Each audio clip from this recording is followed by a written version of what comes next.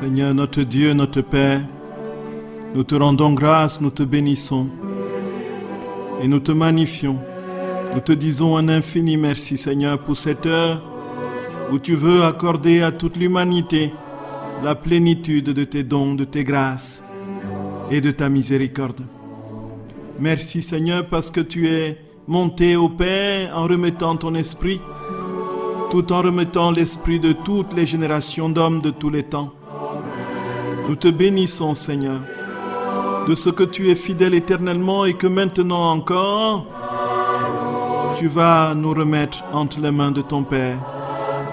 Merci, Seigneur, pour tant de bienfaits, pour tant d'amour.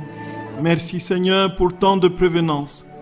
Merci, Seigneur, pour ton sang qui a coulé à profusion pour chacun d'entre nous. Merci, Jésus, de ce que tu es fidèle éternellement. Merci parce que tu es celui qui nous a donné de comprendre que nous étions à l'image de ta propre image. Toi, image parfaite du Père. Merci, Seigneur, parce que tu nous associes à la Trinité. Louange et gloire à toi, Seigneur, pour tout ce que tu fais pour nous, pour ce que nous ne comprendrons jamais ici-bas. Infiniment merci, Jésus, de ce que tu es fidèle éternellement. Sois béni, Seigneur, que le ciel s'ouvre et que ta miséricorde fonde sur tous les hommes. Nous te supplions, Seigneur. Accorde-nous ce que nous te demandons. Tu es celui qui, une fois que le côté a été transpercé, a laissé tomber sur le soldat allongeant la dernière goutte de ton sang et l'eau qui sortait de ton corps livide désormais. Seigneur, que cette eau et ce sang coulent sur nous maintenant et que nous soyons introduits dans ce côté qui s'est ouvert de manière béante pour absorber tous les hommes de tous les temps.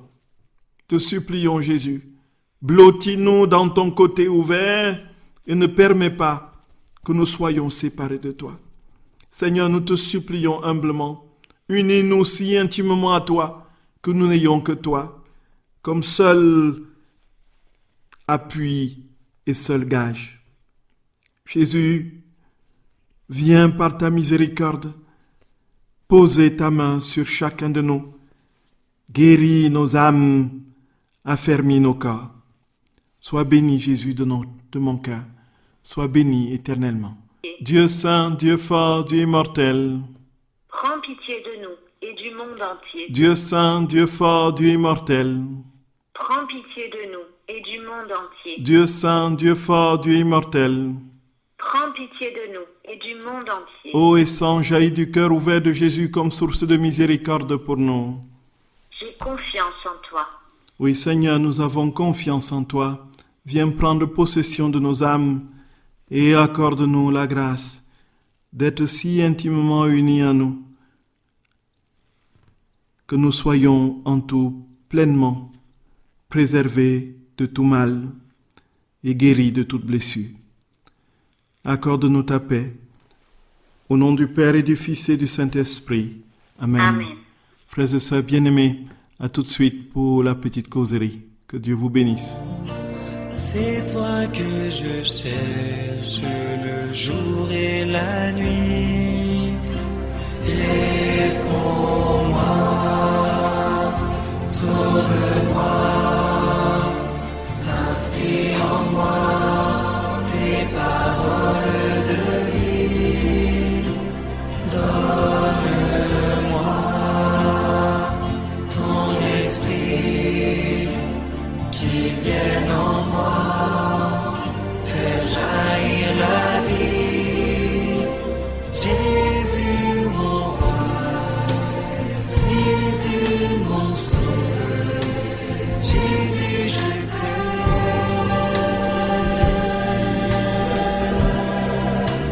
Jésus mon roi, Jésus mon sauveur, Jésus je t'aime.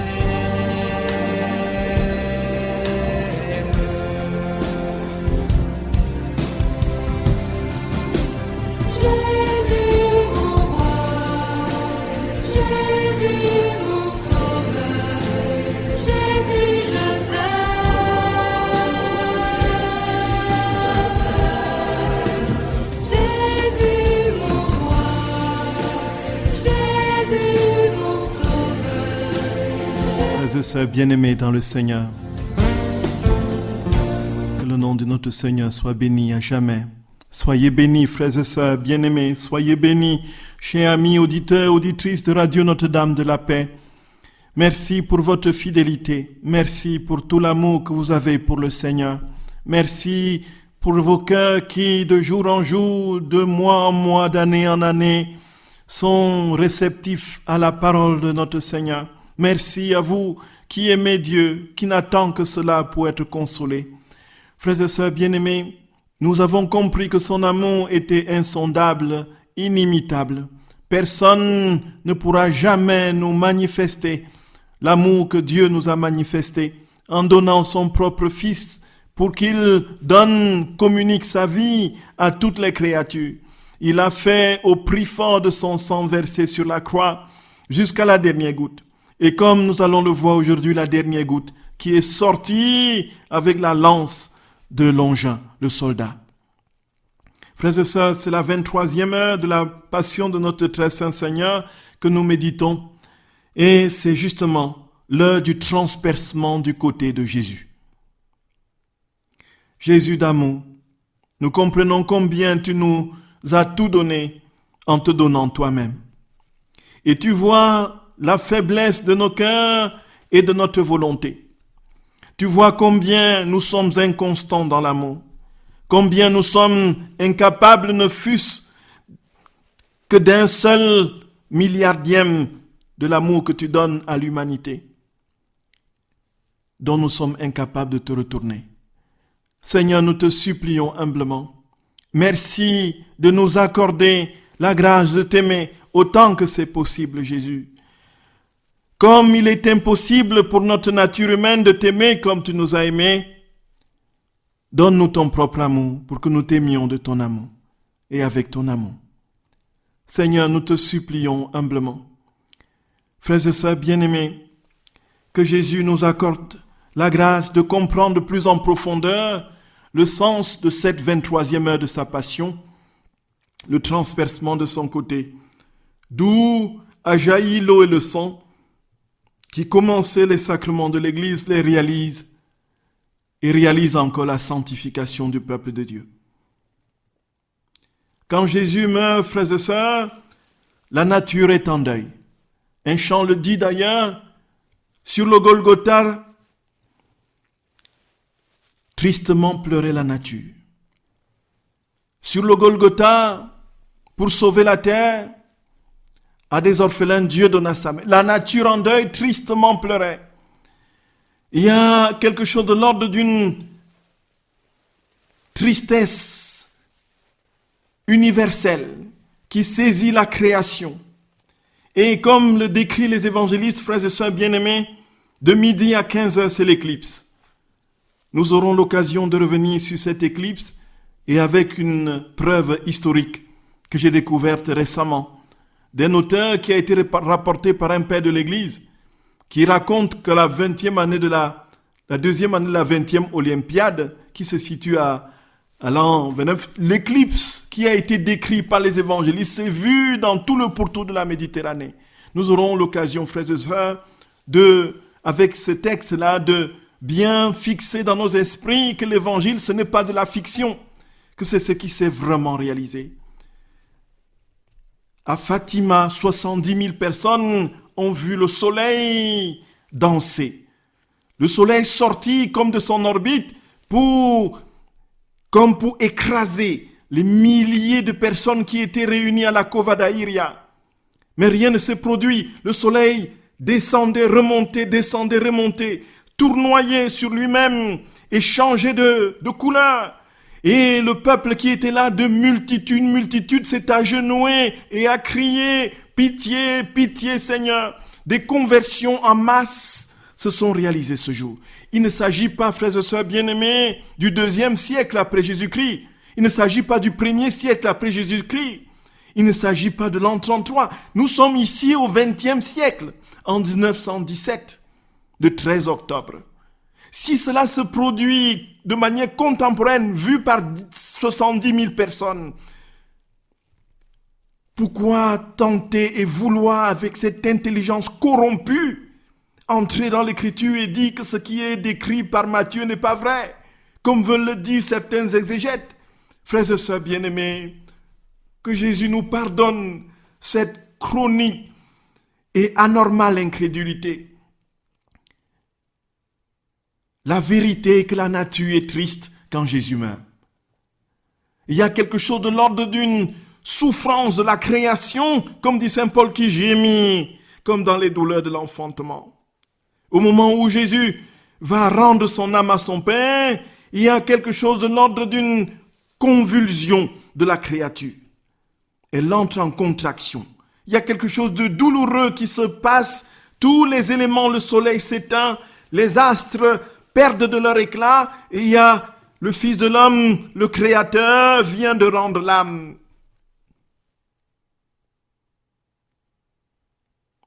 Et en ce moment, frères et sœurs bien-aimés, Jésus est inerte. Lorsqu'il a poussé le dernier cri, il n'y a plus rien à faire. Il est inerte, inapte à faire quoi que ce soit dans son humanité. Et on voit dans les représentations la Mère de Dieu, notre très sainte Mère, qui vient le prendre dans ses bras.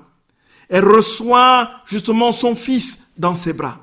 Et nous aurons l'occasion justement, frères et sœurs bien-aimés, dans les jours prochains, de méditer la douleur de Marie, les douleurs de Marie.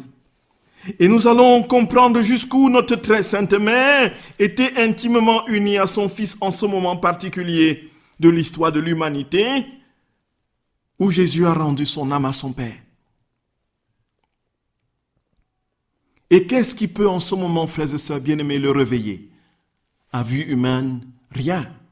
Rien. Pourtant, quand nous transposons la réalité sur un plan spirituel, le Christ, notre Seigneur, est continuellement en agonie, continuellement en train d'être flagellé, continuellement en train d'être crucifié, continuellement en train de mourir à cause de nombreuses ingratitudes, de nombreux péchés de toute l'humanité. Le Seigneur est cloué sur la croix, il expire chaque instant, à chaque instant, à cause de nos nombreux péchés, à cause de nos insultes contre la vérité, la justice, l'amour, à cause de nos indifférences et de nos ingratitudes. Le Fils de l'homme continue sa passion, continue sa mort. Et sur le plan spirituel, il peut ressusciter. Avec quoi peut-il ressusciter? Avec quoi peut-on le ressusciter? Avec notre amour. Et frères et sœurs bien-aimés, puisque notre amour est incapable de donner une équivalence à l'amour que Dieu nous manifeste, il s'agit de demander au Seigneur son propre amour pour pouvoir l'aimer de son amour.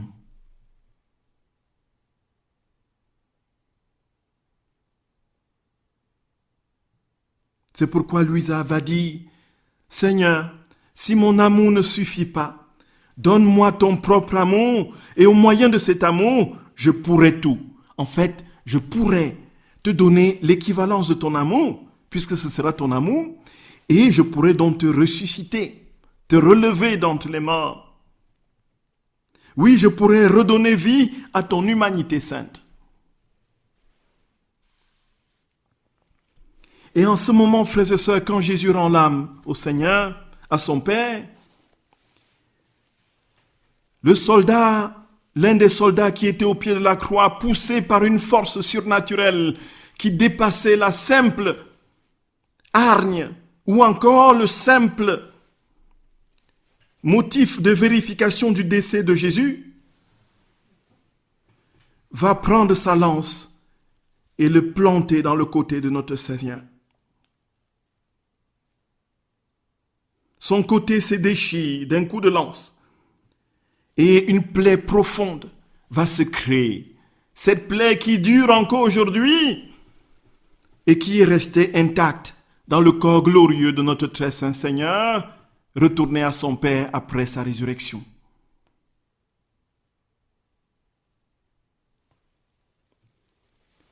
Il s'agit ici, frères et sœurs, de comprendre que le soldat était poussé. Pourquoi était-il poussé à ce point à ouvrir cette plaie béante dans le côté de notre très saint Seigneur? Simplement parce que l'humanité n'avait pas encore trouvé de place où se réfugier. L'humanité n'avait pas encore trouvé de lieu où trouver la paix, où acquérir la paix et la sérénité véritable. L'humanité n'avait pas encore trouvé un refuge. Il lui fallait ce refuge, et pas n'importe lequel, le refuge au cœur du Sauveur.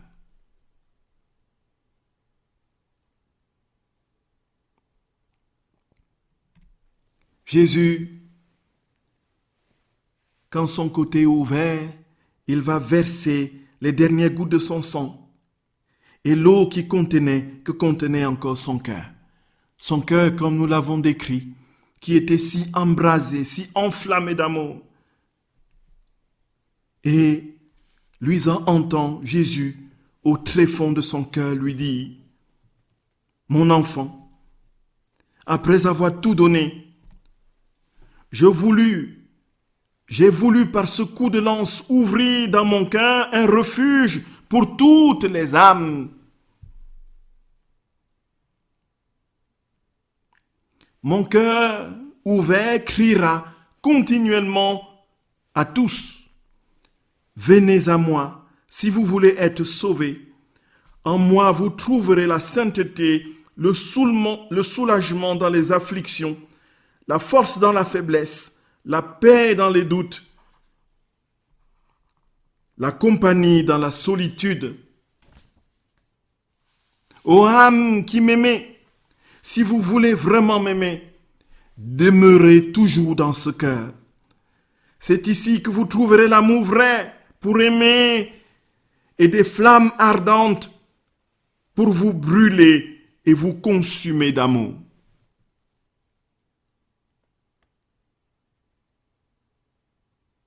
Voilà, frères et sœurs bien-aimés.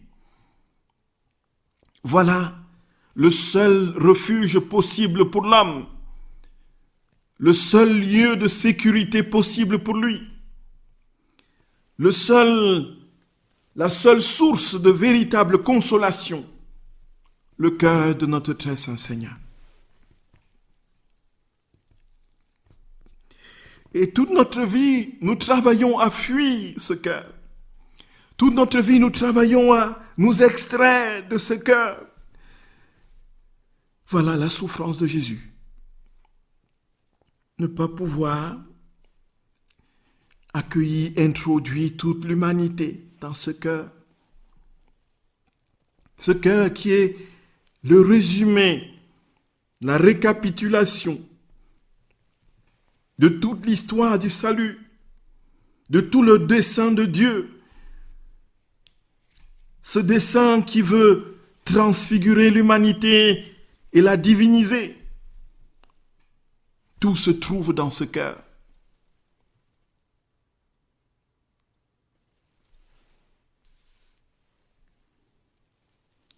Et dans ce cœur, frères et sœurs bien-aimés, se trouvent tous les sacrements, toute la vie de l'Église. La vie de toutes les âmes, c'est de ce cœur que nous sommes sortis. Et c'est dans ce cœur que nous retournerons.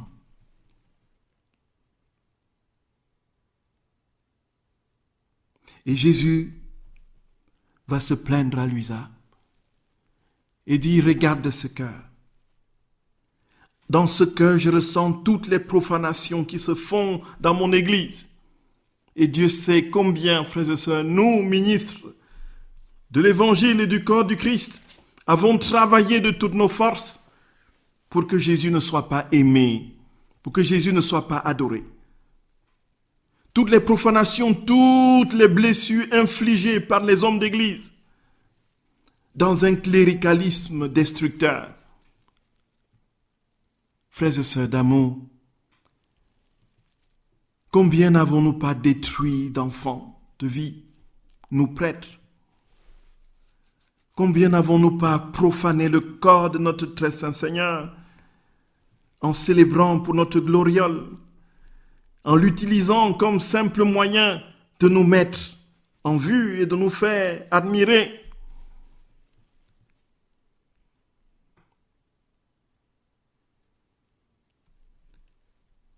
Frères et sœurs, Jésus dans ce cœur ressent tout cela, les intrigues de tous ceux qui travaillent contre lui, les flèches qu'il décoche, car, comme Jésus le dit, il n'y a pas une seule offense que ce cœur ne ressente. Et alors, il demande que ce cœur soit consolé, que ce cœur soit consolé, et que le Seigneur répare par notre amour les blessures de son cœur.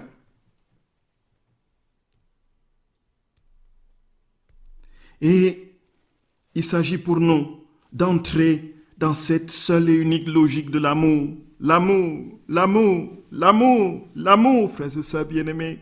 L'amour, l'amour. Demandons à notre très saint Seigneur de blesser notre cœur, nos affections, nos désirs, de nous blesser tout entier. Qu'il n'y ait rien en nous qui ne soit blessé par ses mains amoureuses.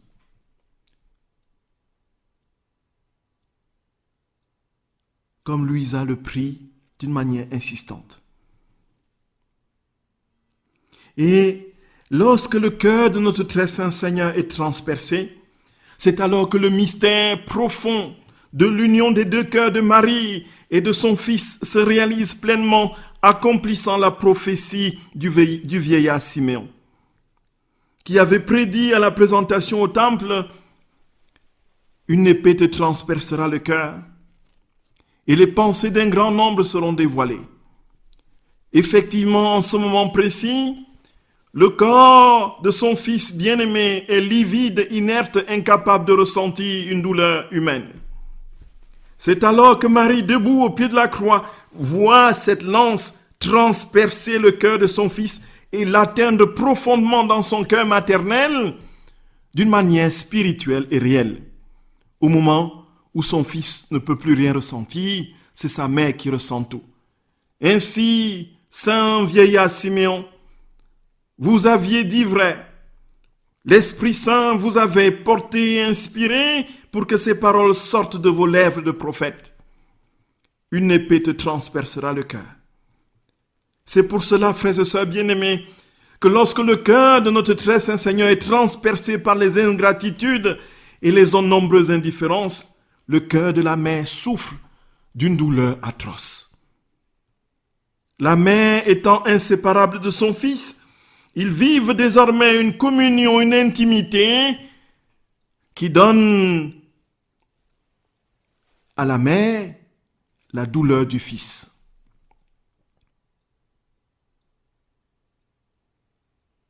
Et Marie, voyant cela, selon ce que lui a décrit, elle va se transposer, se transporter dans le cœur de son Fils et être la première à réparer pour toutes les ingratitudes que reçoit ce cœur de toutes les créatures. Elle devient réparatrice, elle devient la reine, la médiatrice désormais entre Jésus et les créatures. Il s'agit pour nous de suivre notre très sainte mère dans cette envolée, dans cette union de son cœur au cœur de son Fils. Et en Jésus, peu importe ce que sera notre vie, peu importe ce que nous sommes, nous trouverons la vie véritable. Et ainsi, nos pensées seront ses pensées, notre volonté sera sa volonté, notre amour sera son amour. Tout ce que nous sommes sera de lui, parce que la vie de nos pensées, de notre volonté, de notre amour, la vie de tout notre être sera sa propre vie.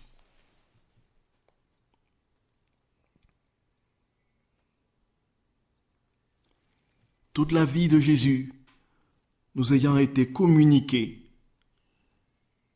dans l'intimité du cœur de sa mère. C'est pour cela que lorsque nous nous retrouvons dans le cœur de Jésus, frères et sœurs bien-aimés, nous nous retrouvons dans le cœur de sa mère. Quand nous sommes dans le cœur de sa mère, nous nous retrouvons dans le cœur de Jésus. C'est pourquoi il n'y a pas incompatibilité à prier Marie et Jésus, le cœur de Jésus, le cœur de Marie. Étant unis, plus on priera Marie, plus nous serons introduits dans le cœur de son Fils Jésus. Voilà la vérité. Voilà la vérité, frères et sœurs bien-aimés. En ce moment particulier,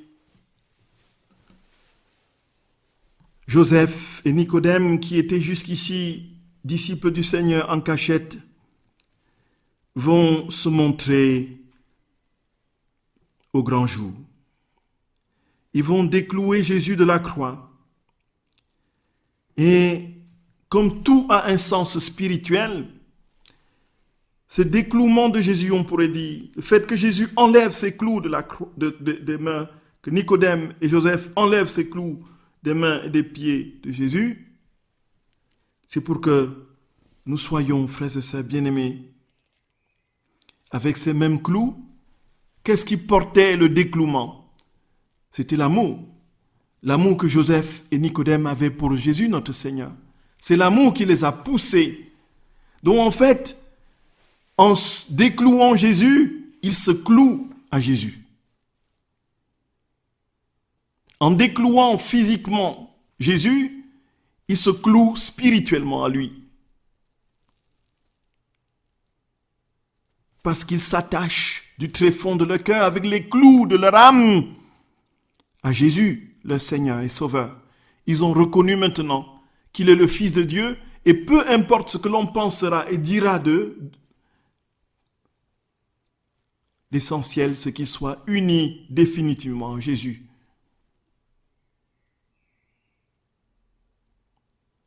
Et c'est pour cela, frères et sœurs bien-aimés, que nous aussi nous faisons cette prière avec Luisa, qu'avec ces mêmes clous qu'ont décloué Nicodème,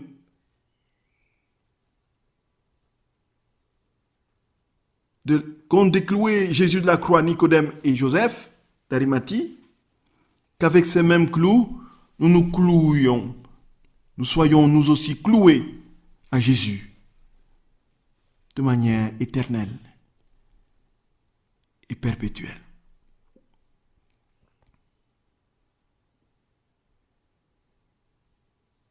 Oui, Sainte Mère, nous voulons aimer ton Fils. Nous voulons l'aimer avec toi et en toi.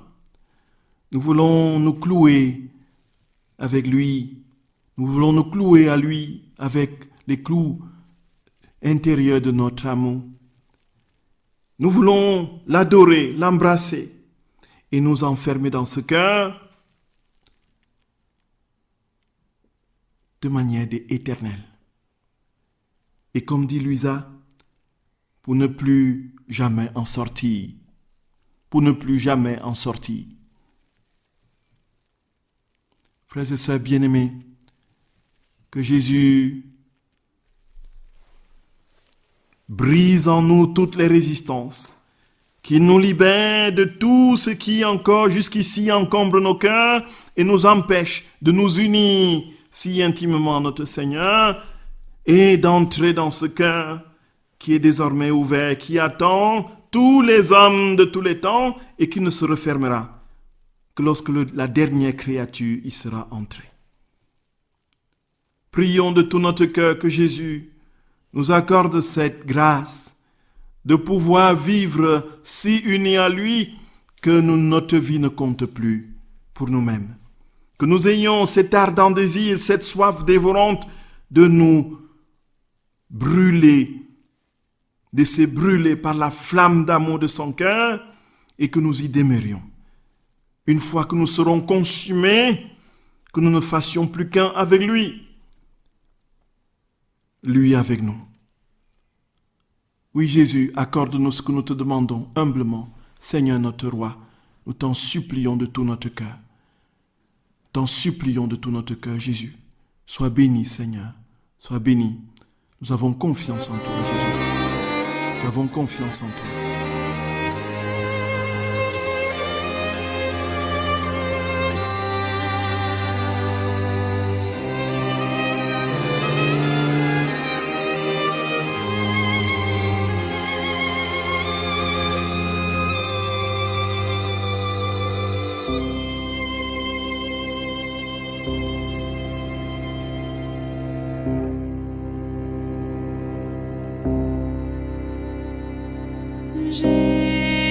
Jésus, Jésus, à toi mon cœur, ma vie, ce que je suis aujourd'hui.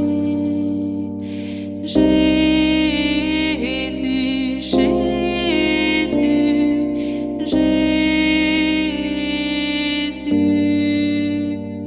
Ô cœur doux et humble, cœur de Jésus, en toi je ne crains rien, j'ai confiance en toi. Ô cœur doux et humble, cœur de Jésus, en toi je ne